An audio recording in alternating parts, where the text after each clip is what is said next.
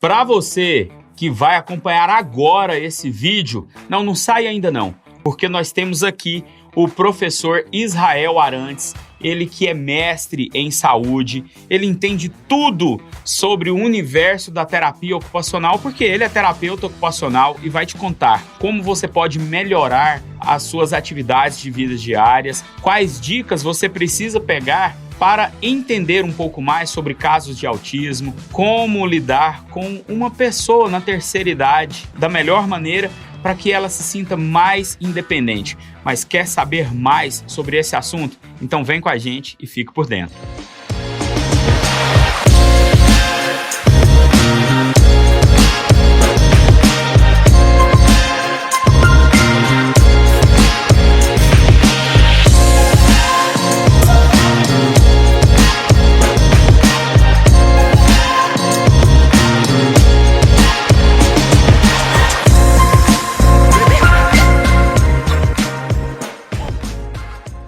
Seja muito bem-vindo aos nossos estúdios, professor Israel Arantes, que é professor na UniGoiás, coordenador do curso de terapia ocupacional e também terapeuta ocupacional. Muito obrigado pelo convite, por atender o nosso chamado. É um imenso prazer estar aqui, é um imenso prazer falar da terapia ocupacional, né? Deixar muito claro que é o único curso do estado de Goiás, né? É um prazer imenso falar da terapia ocupacional enquanto formação de pessoas, enquanto responsabilidade social. Professor Israel, já conta pra gente quando que surgiu essa vontade de mergulhar no universo da terapia ocupacional? Então, a terapia ocupacional é algo, ela é, como eu sempre costumo dizer, a terapia ocupacional ela é biopsicossocial, né? E eu vejo o ser humano enquanto biopsicossocial, eu vejo o ser humano enquanto um todo. Então isso vem de um desejo pessoal que eu me encantei pela terapia ocupacional em 1999. Eu vi um vídeo que falava sobre a Segunda Guerra Mundial, citava ali os amputados, pessoas que dali saíam, além de deformidades físicas, com transtornos psiquiátricos. Sim. E isso me veio à vontade de entender a pessoa enquanto biopsicossocial. Eu costumo dizer que chega para nós, no consultório, pacientes que estão reabilitados, né? A equipe ela entende que reabilitou esse paciente, mas aí a própria equipe ela diz assim: eu reabilitei, mas eu acho que a terapia ocupacional ela pode fazer mais alguma coisa por esse paciente. Entendi. Mesmo quando o fisioterapeuta, o psicólogo, o psiquiatra, toda a equipe multi mesmo, o fonoaudiólogo, ele reabilita essa pessoa, eles ainda entendem que a terapia ocupacional ela pode ir um pouco mais adiante. Então eu costumo dizer que o terapeuta ocupacional ele sempre tem para oferecer, porque a gente entende que esse indivíduo ele só está de fato reabilitado, readaptado quando ele está de volta na sociedade. Entendi. Seja ele pelo mercado de trabalho, seja ele por algum programa do SUS ou do SUAS, né? Então, isso que me fez encantar na terapia ocupacional, isso que me fez entender que eu gostaria de ser terapeuta ocupacional. Professor Israel, tem um fato bastante importante que com o desenrolar da pandemia, da Covid-19, muita gente sentiu a necessidade de ter um acompanhamento com um terapeuta ocupacional, né? A terapia ocupacional ela teve uma escalada de subida, depois ela deu uma esfriada, que foi com que fez que algumas faculdades, universidades, centros de ensino excluíssem o curso da grade oferecida às pessoas, né? E daí, com a pandemia, isso teve um salto. Sim. Né? A terapia ocupacional ela é uma atividade humana, ela é um fazer humano que é voltado pela realização de atividades. Seja ela atividade de vida diária, seja ela atividade de vida prática, seja ela atividade instrumental de vida prática, desde a sua vida profissional até a sua vida pessoal. Então a pandemia ela impactou em quê? Ela impactou literalmente no que? Na sua vida biopsicossocial. E dali as pessoas foram obrigadas a se reorganizar. né? E como o terapeuta ocupacional, ele é atividade, a gente se viu na maneira de entender esse indivíduo enquanto uma realização de atividade. Por quê? A gente se deparou ali sem poder sair de casa, né? A gente se deparou ali em situações que muitas pessoas aprenderam novas atividades e formas de realizar novas atividades estando em casa, né? Muitas pessoas relataram, eu não gostava de planta, eu não gostava de cozinhar. Então ali foi se descobrindo várias outras, digamos que, alguns talentos adormecidos. As habilidades, né? E a terapia ocupacional, ela é isso, né? O paciente que chega até nós com algum tipo de limitação, o terapeuta ocupacional, ele tem esse dever de descobrir, não só de adaptar, mas de readaptar e descobrir novas formas de fazer, né? E um outro ponto muito importante foi a terapia ocupacional no ambiente hospitalar, né? A terapia ocupacional na UTI, né? O terapeuta ocupacional, ele tem ali um papel extremamente importante, que é ajudar ali a enfermagem na mudança de decúbito, né? Que é a mudança de posicionamento desse paciente que estava ali pronado no leito, desse paciente que estava ali numa cama de UTI e que não podia ali ter escaras, que não podia ter mau posicionamento no leito. Poxa, até na própria reaprendizagem para se alimentar, né? Exato. E aí, assim, a gente falando ali de um paciente mais grave, depois indo para um paciente que já está ali na realização das suas atividades de vida diária, o terapeuta ocupacional, ele começou a adaptar leitos, né? Adaptar ali com coxins, que a gente chama de posicionamentos do leito, de construir esses coxins. Então, o terapeuta ocupacional, ele entrou literalmente nisso daí. Então, você pode dizer que teve uma evolução da profissão do... Teve um reconhecimento, porque a gente já fazia isso há muito tempo, só que na realidade isso era visto quanto comum, isso era visto enquanto, né? E então isso veio o quê? Veio mostrar a função mesmo do profissional ali naquele momento de crise mesmo do país, numa pandemia, enfim. E quando a gente vem para esse paciente, que já é um paciente que está talvez numa enfermaria, que já está se alimentando, a gente fala ali de um gasto energético que esse paciente não poderia ter, o terapeuta ocupacional, ele entra adaptando.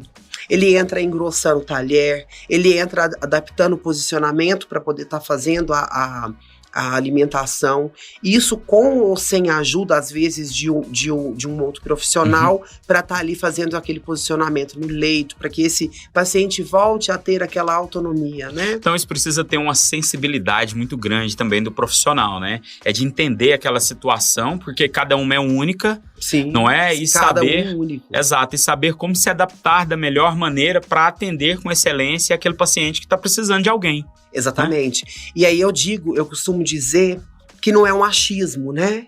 Esse paciente, ele é tão único, porque ele tem lá a lesão dele, ele tem o comprometimento dele, e a gente precisa olhar enquanto ciência. O que a ciência está dizendo daquele paciente que tem aquele comprometimento venoso, ou às vezes tem aquele comprometimento pulmonar, ou às vezes tem aquele comprometimento físico. Então a gente precisa estar avaliando cada caso para a gente entender qual vai ser a atividade que você vai prescrever para aquele paciente, né? E uma outra coisa importante, nós entendermos se aquela atividade que você está prescrevendo para aquele paciente, aí eu já estou falando um paciente de alta, se aquela atividade faz sentido para ele.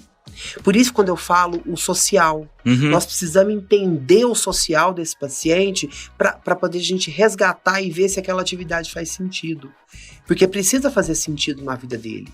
Se for um paciente de baixo poder econômico, você precisa talvez avaliar uma atividade que vai fazer um retorno financeiro para ele, que aí já é o retorno ao mercado de trabalho. Então, assim, a terapia ocupacional, como eu te falei, ela é algo assim muito magnífico e muito rico, né, para nossa sociedade. Eu acho que por isso agora, como você disse, o boom da profissão, né? Nós estamos numa sociedade adoecida, né? Sim. Esse pós-pandemia nos mostrou isso. Os índices aí de suicídios, tivemos agora o Setembro Amarelo, que se falou muito disso, né? Então a gente tem que entender o ser humano enquanto um todo para a gente poder conseguir abordar essa pessoa, conseguir acessar essa pessoa. Acredito que além de tudo isso, professor, é se reconhecer doente, porque eu percebo que anteriormente as pessoas sabiam que estavam doentes, mas deixavam isso de lado. Agora, com a periculosidade, com a taxa de mortalidade muito alta por conta da Covid-19, parece que acendeu uma luz amarela na vida de todo mundo e falar, espera, isso aqui não está normal, preciso ver isso. Será que foi o medo de perder a vida? Ou se foi a ressignificação da vida no meio social? Como que o senhor vê essa questão? Eu costumo dizer que, assim, as políticas públicas, ela tem um grande papel nisso daí, né? O profissional de saúde, ele tem um grande papel de divulgar a saúde, promover. O SUS, ele é promoção à saúde, nada mais do que isso, né? O SUS, ele é mais promoção do que a alta complexidade. A gente se faz a promoção de saúde ali na atenção básica. Então, quando a gente volta nessa discussão de reconhecimento, de se ver quanto doente, eu vejo por essas discussões que têm sido feitas. As pessoas, elas são carentes de informação, né? Então, às vezes, você vê uma reportagem, você vê uma matéria, aí você entende, gente, mas parece que eu tenho isso, eu tenho aquilo. Exatamente. Né? Então, você começa a se reconhecer naquele papel. Então, assim, muito falado, as pessoas começam a entender e a procurar ajuda, né? E aí a importância do profissional de saúde, aí a importância do profissional da assistência social tá fazendo o quê? Orientando o seu paciente. As pessoas, às vezes, ela costuma dizer, eu fui ali no médico, ele só me ouviu. Nós estamos falando o que só me ouviu? Nós estamos falando aí de uma escuta qualificada. Sim. Essa escuta qualificada, ela tem um direcionamento. E esse direcionamento, se é feito pelo profissional de saúde, olhando as bases de um letramento em saúde, se você consegue acessar esse paciente, você consegue salvar vidas, né? Então, reconhecer-se doente não depende só do paciente. Depende, às vezes, de quem está fazendo aquele acolhimento, de quem está tendo aquele atendimento empático, aquele olhar empático sobre aquela vida. Sim. Como eu falei anteriormente, se você pode passar maior informação para o paciente, se não fizer sentido para ele, você não fez nada. Pouco importa, né? Exatamente. Tem algo muito interessante que a gente precisa destacar, que é a atuação do profissional, do terapeuta ocupacional na vida de pacientes com autismo, que é algo para a vida toda, não é? Como que a gente pode destacar? Esse é um tema que está bastante discussão hoje em dia, né? Sim. Eu costumo dizer, em consultório, chega-se, né? Os pais, eles sempre nos fazem a pergunta assim, gente, o que aconteceu que a gente está observando, que onde a gente vai, alguém conhece, alguém que foi, né, que foi fechado o diagnóstico de autismo, eu conheço um vizinho, uma amiga, enfim. E aí, eu sempre trago para reflexão que os nossos profissionais da área de saúde, eles se tornaram profissionais mais estudiosos, né? E isso fez com que os critérios de avaliação para o fechamento de um diagnóstico ficassem mais refinados, né? Hoje, para você fechar um diagnóstico de autismo, você precisa ali aplicar rastreios, né? Instrumentos de avaliação, que são instrumentos que você não se aplica em uma só consulta, né? Então você precisa de uma equipe multiprofissional e de um médico neurologista ou um médico psiquiatra ali para estar fechando esse diagnóstico de autismo, né? E o porquê de tanta procura do profissional em terapia ocupacional, né? O profissional, como eu já disse, o profissional de terapia ocupacional entende-se que ele é um profissional completo, né? Que vai literalmente ali tentar fazer com que esse cliente, esse paciente, ele tem o acesso às atividades de vida diária. E quando a gente se fala em criança autista, a gente está falando o quê? A gente está falando de escola, nós estamos falando de vida acadêmica. Nós estamos falando de devolver essa pessoa à sociedade, no qual ela vai conseguir fazer o quê? Ela vai conseguir ter uma alfabetização, ela vai conseguir ali se manter em uma sala de aula, ela vai conseguir ali prestar atenção ou ser adaptado para que ela se mantenha, né, na vida escolar e digamos que na escola regular. Até de maneira mais prática, para quem está nos acompanhando, há vários tipos de autismo, né? Vários níveis de autismo, e isso só é possível a partir de um refinamento, como você disse, aí desse diagnóstico, né? Sim. Como eu te disse, o ser humano ele é individual. Único. A gente não consegue uniformizar todo mundo, né? Às vezes as pessoas chegam no consultório e falam assim: nossa, meu filho é autista, mas ele me abraça. Sim, mas autista abraça, né? Então, assim, meu filho, ele é autista, a única coisa que ele não consegue ficar em lugar que tenha muito barulho, ou ele tem uma seletividade alimentar importante. Então, a gente precisa avaliar essa pessoa e ver ali quais são as limitações dos níveis, né, de sensoriais, digamos assim. Sim. Então, a gente precisa entender esse ser humano, essa pessoa, enquanto um indivíduo realmente completo. É bem criterioso, né? Sim, sim. Então a gente precisa entender, essa criança que se fechou esse diagnóstico de autismo, ele tem ali uma deficiência intelectual associada, porque acontece, né? Porque tinha-se a cultura que o autista não tinha um cognitivo legal, e isso não é verdade, né? Hoje mesmo a gente tem aí crianças, adolescentes que são extremamente inteligentes, Sim, não é? Que antigamente poderia se negar essa inteligência, negar essa aptidão por várias atividades, né? Principalmente para cálculo, né? Sim, sim. Né? Raciocínio rápido. Eu já tive em consultório, né? Eu já fiz um trabalho de acompanhante terapêutico de um paciente de 16 anos, que no 3º bimestre ele já tinha fechado as notas. Uau! O único problema que ele tinha era uma restrição sensorial a som, né? E algumas estereotipias, que são movimentos ali autorregulatórios, né? Que ao olhar da sociedade, aquilo ali é estranho, mas ele precisa daquilo ali para se autorregular. Então, assim, a gente entender o ser humano enquanto um todo, estar preparado para atendê-lo, isso é um desafio de toda a equipe. E esse é o desafio que chama a atenção, professor? É aquele assim, caramba, esse caso aqui tá bem interessante, eu vou mergulhar nele. Seria isso? Com certeza, a gente tem sim uma afinidade por áreas, eu acho isso legal, né? Existem terapeutas ocupacionais que só trabalham seletividade alimentar, que os pais de crianças autistas sofrem muito. Os pais de crianças com desenvolvimento neuropsicomotor dentro da normalidade, eles já sofrem para introdução alimentar. Né? Os pais sofrem para introduzir. Até essa vida corrida, nossa, é muito mais fácil você pegar um salgadinho ali, dar para a criança e não fazer uma introdução que realmente precisa ser feita. Então, assim, o terapeuta ocupacional ele trabalha muito a seletividade alimentar, né? O terapeuta ocupacional trabalha muito desfraude, né? Que é algo, assim, pros pais muito doloroso trabalhar o desfraude, né? E é muito cansativo.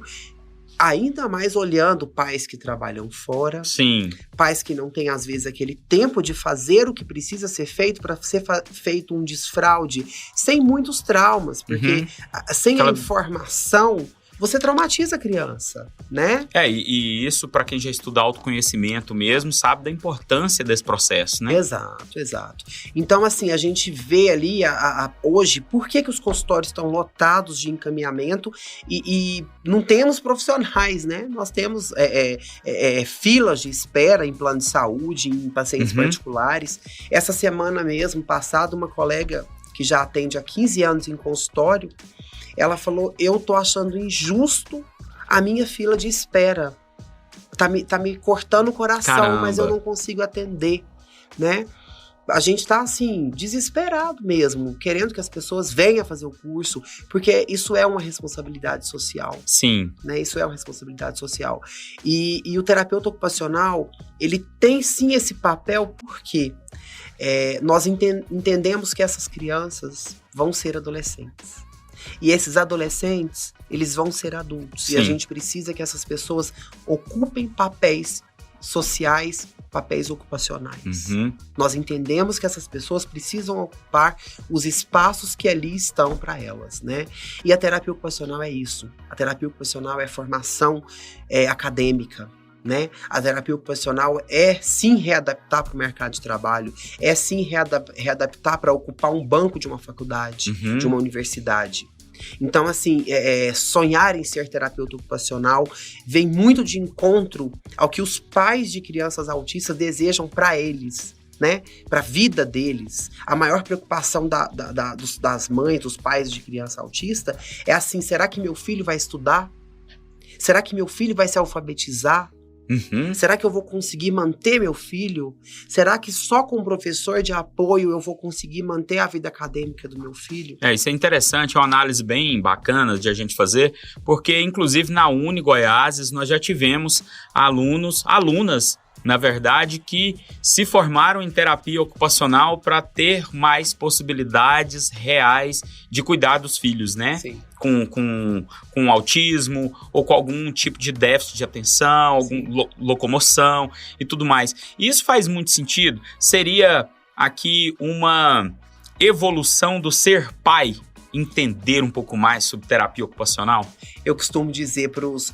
acontece muito, respondendo a sua pergunta, a gente vê muito, né, em terapia ocupacional, os acadêmicos dizer que estão fazendo a graduação para cuidar dos filhos, Uhum. né? E aí eu costumo dizer uma coisa,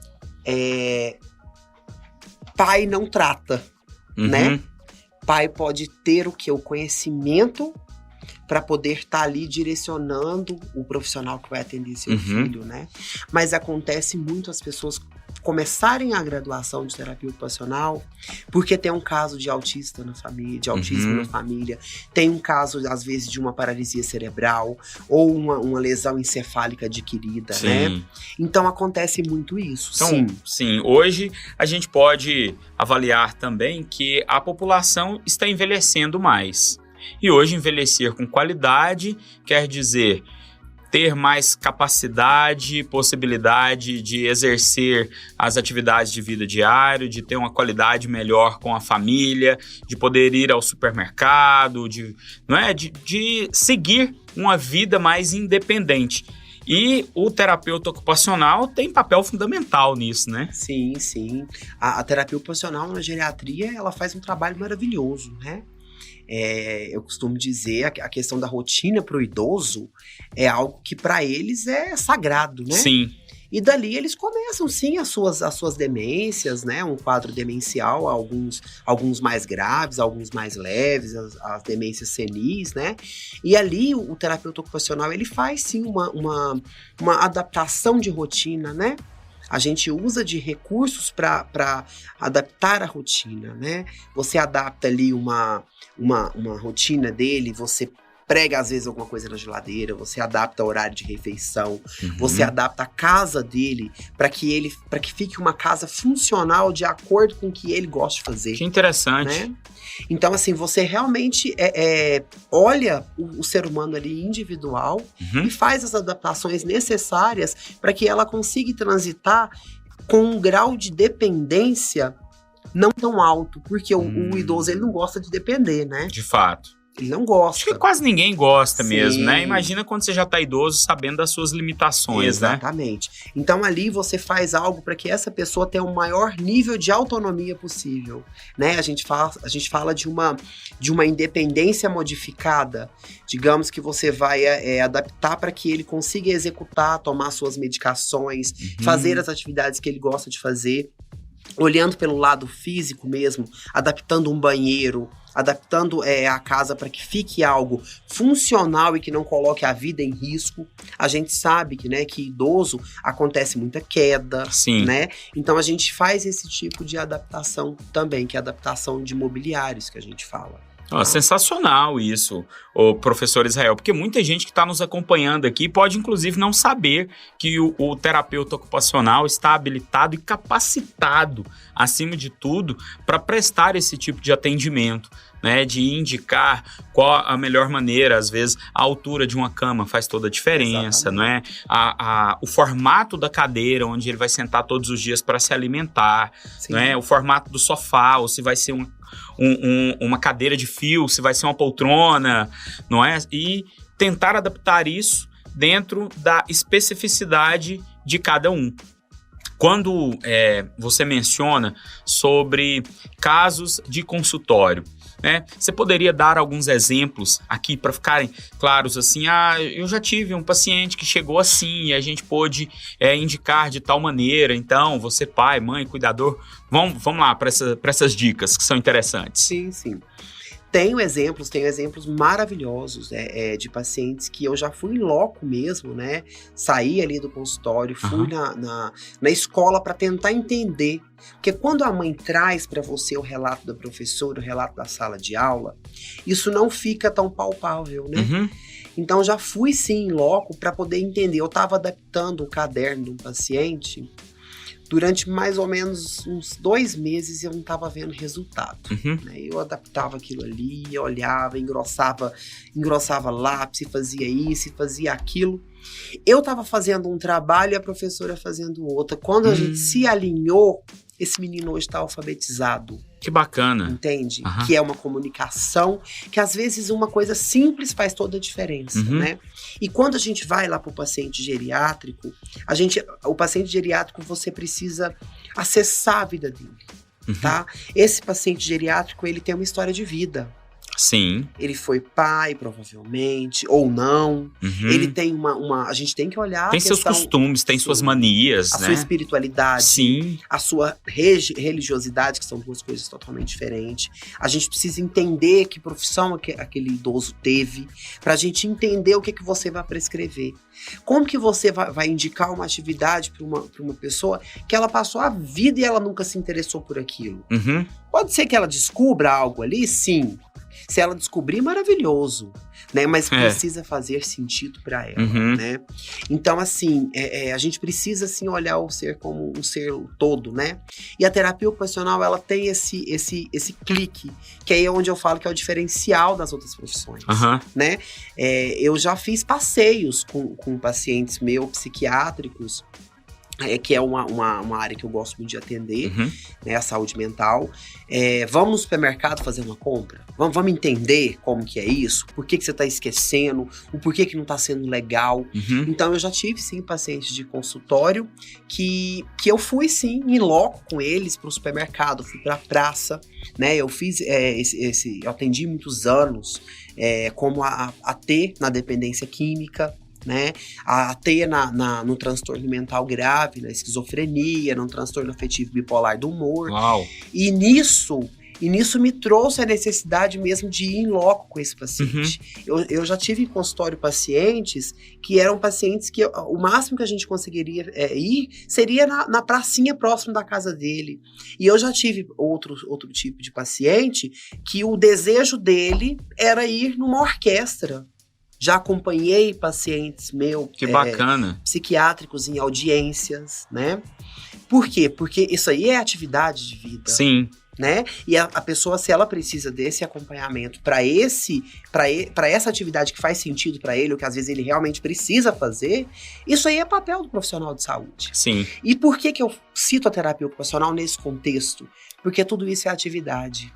Quando se fala em atividade, nada melhor do que um terapeuta ocupacional para acompanhar, para prescrever e para adaptar. Professor Israel, já que a gente está entrando assim, né, mergulhando nesse universo, o que um futuro profissional de saúde, aí um jovem, uma pessoa que já desenvolveu algum outro tipo de atividade profissional e hoje possa se encantar pela terapia ocupacional? O que esse estudante de terapia ocupacional vai ver ao longo desse curso superior de terapia ocupacional dentro da UniGoiás? Então, a gente tenta trazer no projeto político-pedagógico do curso disciplinas que trazem isso que eu acabei de citar para vocês, né? Nós temos laboratórios que constroem recursos terapêuticos. Nós temos laboratórios que constroem tecnologias assistivas de baixo custo. Para quê? Porque não adianta também você prescrever uma tecnologia de alguma atividade se essa pessoa não vai ter condição de confeccionar e de muito menos manter, ou de muito menos, às vezes, compra tal adaptador. A pessoa, às vezes, não tem condição de comprar aquilo ali. Ou também ela não tem interesse.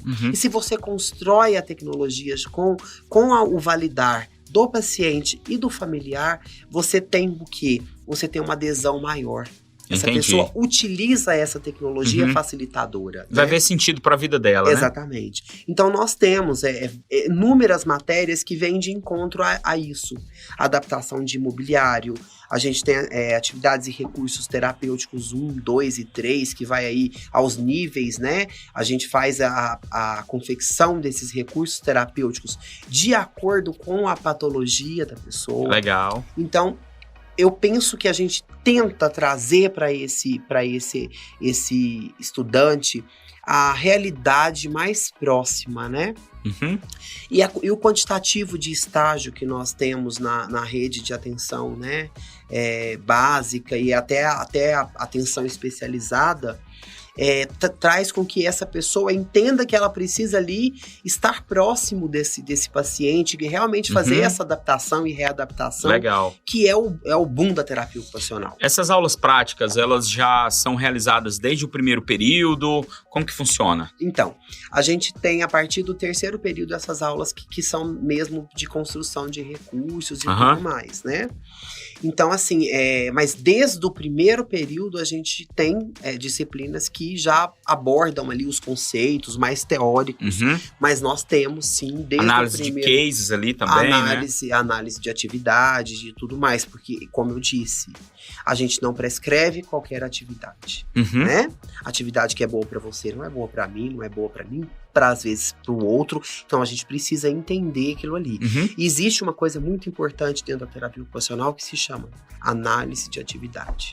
Então, qualquer atividade que você vá prescrever para o seu paciente, você tem que entender o biopsicossocial dele. Legal. E para quem está em casa, para quem está nos acompanhando, quais são os sinais que ele precisa estar atento para buscar auxílio de um profissional de terapia ocupacional? Sim. Na realidade, assim, eu costumo dizer que qualquer pessoa, se ela for procurar um terapeuta ocupacional, ela vai se beneficiar de alguma forma, né? A gente passa aí por perda de memória, a gente às vezes está mais estressado, às vezes você está passando realmente foi diagnosticado mais tarde com, tem esse boom aí do TDAH, né? Todo mundo é TDAH. Então, assim, agora existem os sinais, né, de criança com atraso no desenvolvimento, né? Atraso no desenvolvimento neuropsicomotor, né? Atraso no desenvolvimento cognitivo mesmo, às vezes há uma perda cognitiva ali. E os pacientes que têm ali uma lesão encefálica adquirida, né? Que é ali o AVC, o TCE, né? E então a gente entende que o paciente com qualquer limitação cognitiva, física, social, psicológica, psiquiátrica, ela se beneficia da terapia ocupacional. Muito legal, muito legal. Então é um campo muito vasto. É enorme, é imenso. Se eu fosse falar da terapia ocupacional aqui, a gente falaria 3 dias.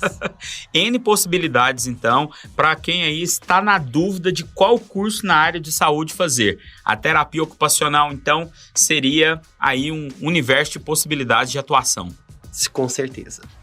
Como eu já disse, se fosse para eu falar da terapia ocupacional para vocês, enquanto apaixonado pela profissão, dava até viés aqui de pesquisa. Porque sim, é minha área, eu já atuo na terapia ocupacional há 17 anos. Sou formado pela PUC Goiás há 17 anos. E sempre atuei, nunca saí da área. Eu sempre, desde que eu me formei, eu sou filho da PUC. E tenho um imenso prazer hoje de estar aqui coordenando o curso, né? E para quem realmente ama a vida humana, terapia ocupacional é uma chance de encontrar ali o seu significado de vida profissional mesmo. Muito legal. Professor, para que a gente possa fechar, conte um pouquinho para quem está nos acompanhando aqui, quem é o professor, né, esse que passou tanto conhecimento para a gente aqui, como que começou sua formação, onde que você mergulha, quais fontes você bebe, para que sirva de inspiração também para outras pessoas. Vamos lá. Eu me graduei em 2007 e desde então, como eu disse para vocês, eu nunca saí da área. Nunca parou. Eu fui trabalhar em Minas, eu fui trabalhar na CD de Uberlândia e na APAI de Araguari. Ali eu montei um centro de ecoterapia. Que bacana. Eu fiz o curso pela Andi Brasil, sou ecoterapeuta, deixei de atuar recente porque eu fui muito pelo lado da docência mesmo. Sim. Né? Hoje, fiz mestrado, fiz especialização em atenção básica e estratégia de saúde da família, que é uma atuação que eu sou encantado na estratégia de saúde. Contínuo, né? Eu gosto muito de ir lá da atenção básica mesmo. E em 2009, eu falo que o bichinho da saúde mental me picou. Eu fui trabalhar num CAPS, que é um centro de atenção psicossocial, e eu fui para saúde mental, né? E depois que eu fui para saúde mental, nunca mais saí. Eu sou encantado no tratamento da terapia ocupacional na saúde mental, tá? Eu costumo dizer assim, a gente encontra terapeutas ocupacionais para atender muito neuroinfantil, né? Quando o paciente está ali entrando para a adolescência, para a fase adulta, é onde eu digo, quem quer? Eu quero. Eu sou encantado, né? E então a gente não acha muito profissional para atender esses pacientes, e isso sempre me incomodou. Então, assim, eu sou especialista em saúde mental também, né? Fiz mestrado pela PUC. Em 2015 eu encerrei meu mestrado em Ciências Ambientais e Saúde. E atualmente eu sou terapeuta ocupacional, tutor de residência, da residência multiprofissional num grande hospital em Goiânia, no CRER. Estou aqui enquanto coordenador do curso. E meio período do meu dia, durante 3 vezes por semana, eu ainda atendo consultório, né?